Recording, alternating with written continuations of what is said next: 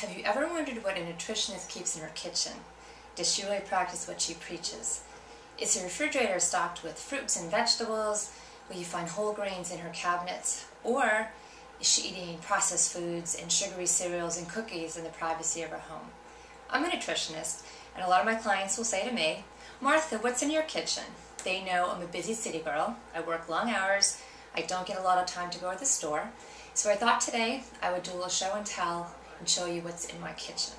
I'm going to show you what's in my refrigerator and what's in my cabinets. Now, this is an honest show and tell. I did not run to the health food store to stock up on healthy foods to make my kitchen look good. I'm going to show you what's in my kitchen today. Now, keep in mind, if you are not familiar with New York City apartments, they tend to be very small.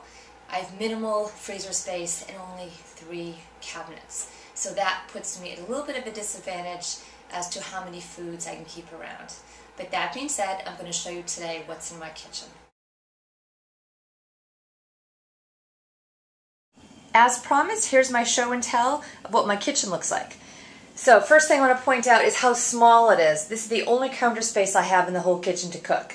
So you can see it's very small and it's not really conducive to wanting to cook. But let's look at what are in the shelves. I literally have 4 shelves to keep food in, not very much. The first shelf are the grains.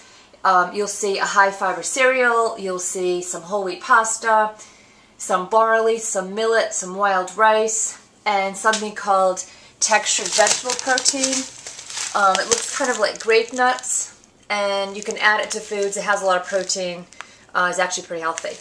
Next shelf, some canned tomatoes, a couple bottles of Pam cooking spray, a lot of flavored vinegars. I have fig vinegar, apple cider vinegar, rice wine vinegar, and moving down next shelf, a lot of seasonings, different flavored oils, olive oil, sesame oil, canola oil, and then my supplements, fish oil, multivitamins, and calcium. And then of course, coffee. Have to have coffee in the apartment. Moving on to the refrigerator. Okay, this could be a little scary. First thing you're going to notice in the refrigerator are a lot of condiments.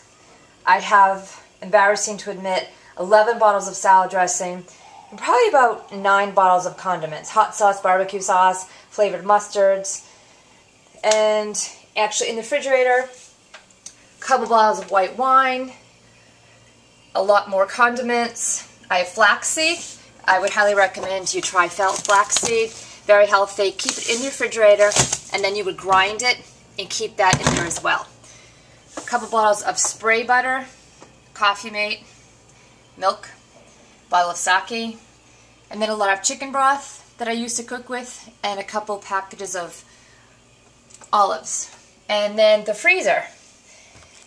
Wait till you see this one. This is my freezer.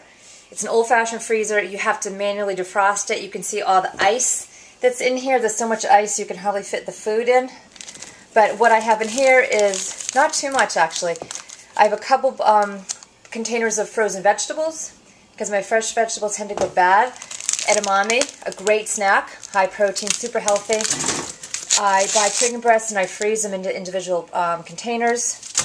And a couple frozen dinners in there. So that's pretty much it for the freezer.